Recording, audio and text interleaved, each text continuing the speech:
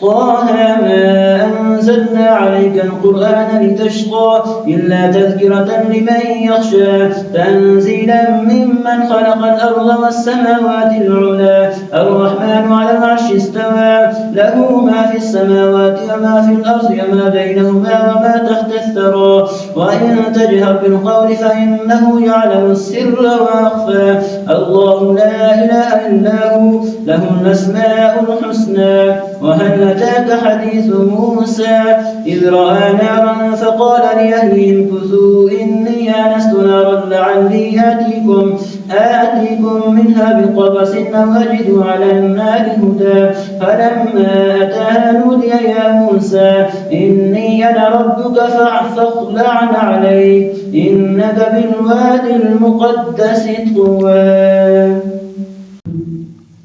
وأنا اخترتك فاستمع لما يوحى إنني أنا الله لا إله إلا أنا فاعبدني وأقم الصلاة لذكري إن الساعة آتية أكاد أخفيها لتجزى كل نفس بما تسعى فلا يصدنك عنها من لا يؤمن بها واتبع هواه فتردى وما تلك بيمينك يا موسى قال هي عصاش أتوكأ عليها وأهش بها على غنمي ولي فيها مآرب أخرى قال ألقها يا موسى فألقاها فإذا هي حية تسعى قال خذها ولا تخف سنعيدها سيرتها الأولى واضم يدك إلى جناحك تخرج بيضاء من غير سوء آية أخرى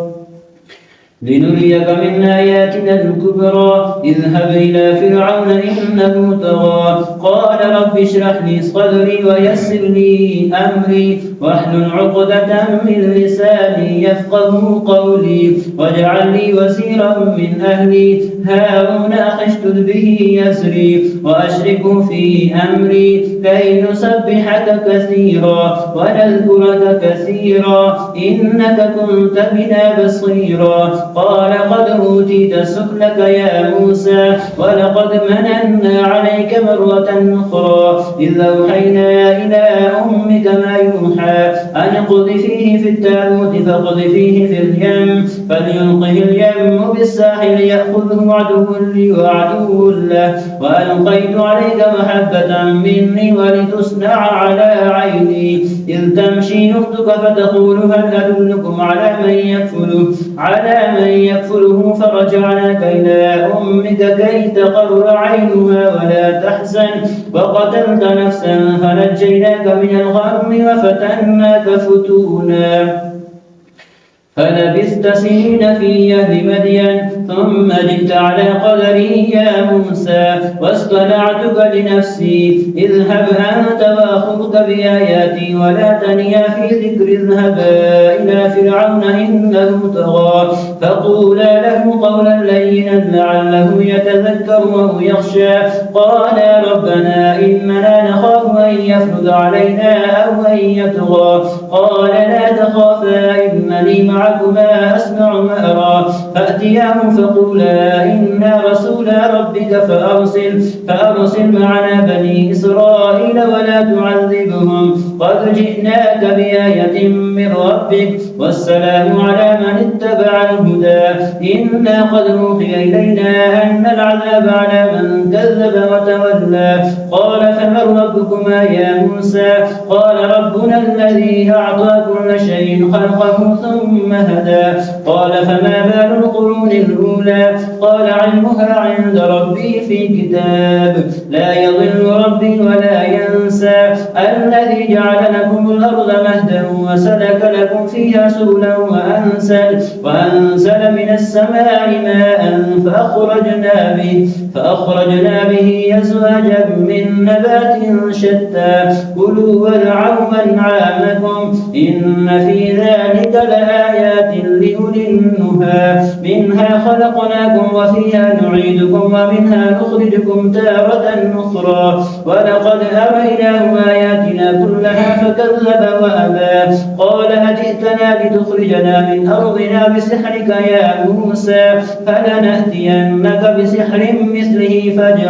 فاجعل بيننا وبينك موعدا لا نخلفه نحن ولا أنت مكانا سوى قال موعدكم يوم الزينة وأن يخشى الناس ضحى فتولى فرعون فجمع كيده ثم أتى قال لهم موسى ويلكم لا تفتروا على الله كذبا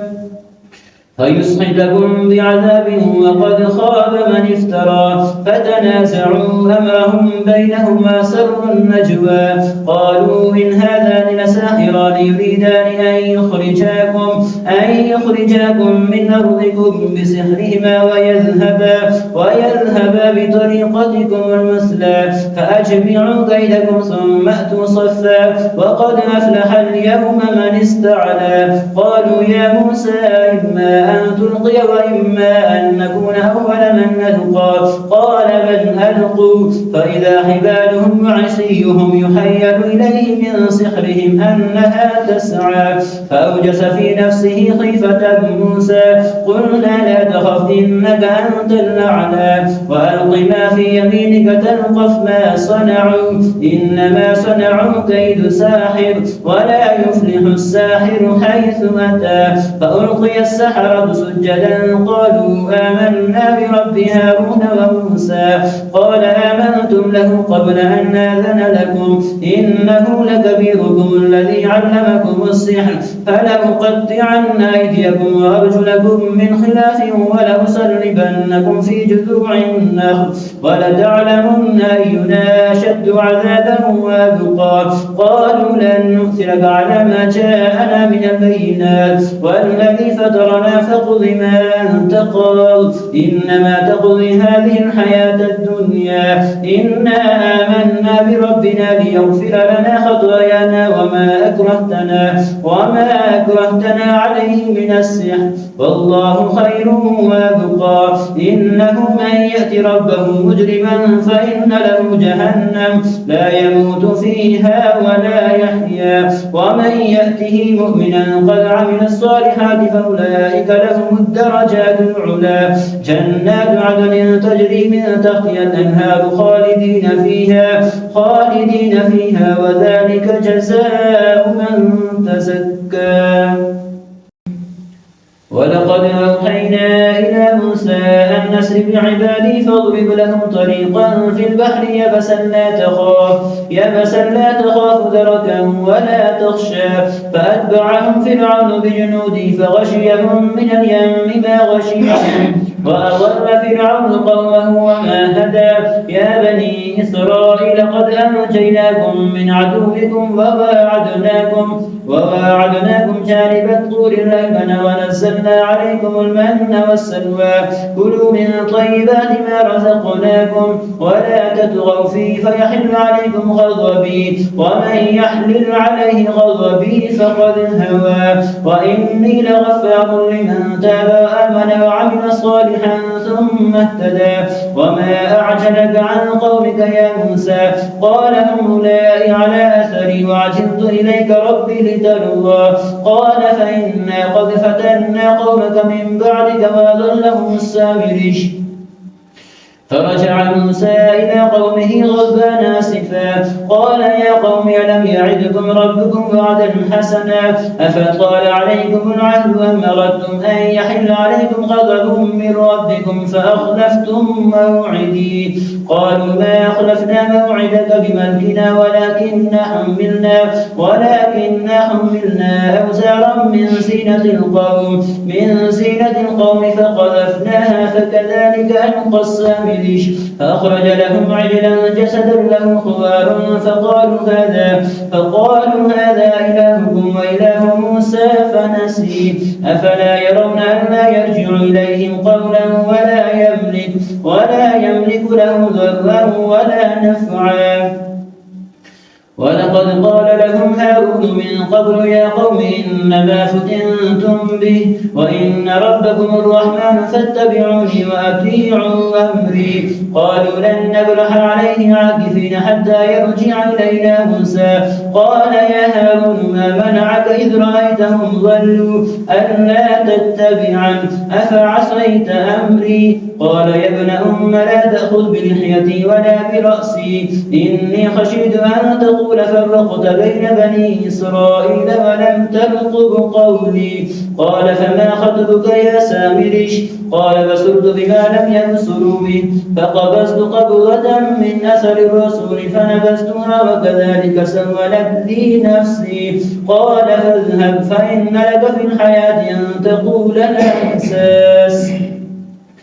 وإن لك موعدا لن تخلفه وانظر إلى إلهك الذي ظلت عليه عاكفا لنحرقنه ثم لننصفنه في اليم نسفا إنما إلهكم الله الذي لا إله إلا هو وسع كل شيء علما كذلك نقص عليك من أنباء ما قد سبق وقد آتيناك من لدنا ذكرا من أعرض عنه فإنه يحمل يوم القيامة وزرا خالدين فيه وساء لهم يوم القيامة حملا يوم ينفخ في السور ونحشر المجرمين يومئذ زرقا يتخافتون بينهم إن لبثتم إلا عشرا نحن أعلم بما يقولون إذ يقول أمثلهم طريقة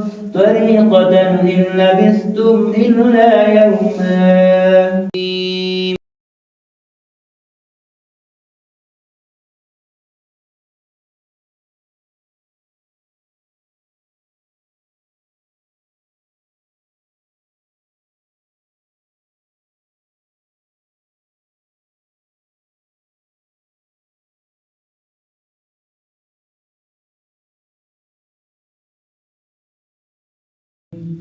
ويسألونك عن الجبال فقل ينسفها ربي نسفا فيذرها قاعا صفصفا لا ترى فيها عوجا ولا أمتا يومئذ يتبعون الداعي لا عوج له وخشعت الأصوات للرحمن فلا تسمع إلا همسا يومئذ لا تنفع الشفاعة إلا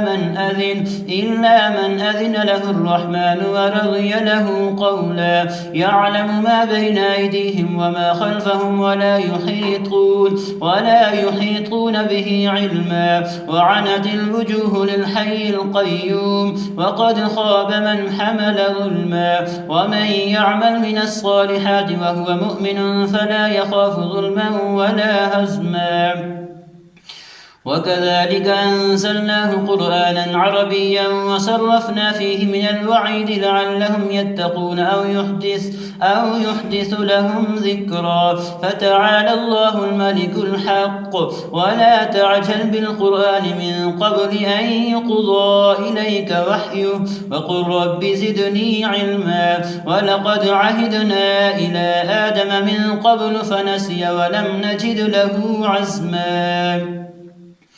وإذ قلنا للملائكة اسجدوا لآدم فسجدوا إلا إبليس أبى فقلنا يا آدم إن هذا عدو لك ولزوجك فلا يخرجنكما من الجنة فتشقى إن لك ألا تجوع فيها ولا تعرى وأنك لا تظمأ فيها ولا تضحى فوسوس إليه الشيطان قال يا آدم هل أدلك على شجرة الخلد وملك لا يبلى فأكلا منها فبدت لهما سواتهما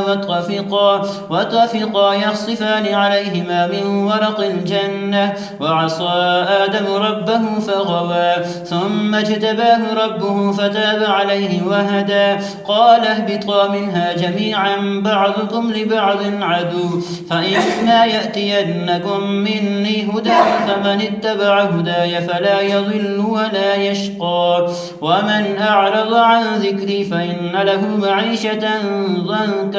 ضنكا ونحشره يوم القيامة أعمى قال رب لم حشرتني أعمى وقد كنت بصيرا قال كذلك أتتك آياتنا فنسيتها وكذلك اليوم تنسى وكذلك نجزي من أسرف ولم يؤمن بآيات ربه ولعذاب الآخرة أشد وأبقى أفلم يهد لهم كم أهلكنا قبلهم من القرون يمشون في مساكنهم إن في ذلك لآيات لأولي النهى ولولا كلمة سبقت من ربك لكان لزاما وأجل مسمى فاصبر على ما يقولون وسبح بحمد ربك قبل طلوع الشمس وقبل غروبها ومن آناء الليل فسبح وأطراف النهار لعلك ترضى ولا تمدن عينيك إلى ما متعنا به أزواجا منهم زهرة الحياة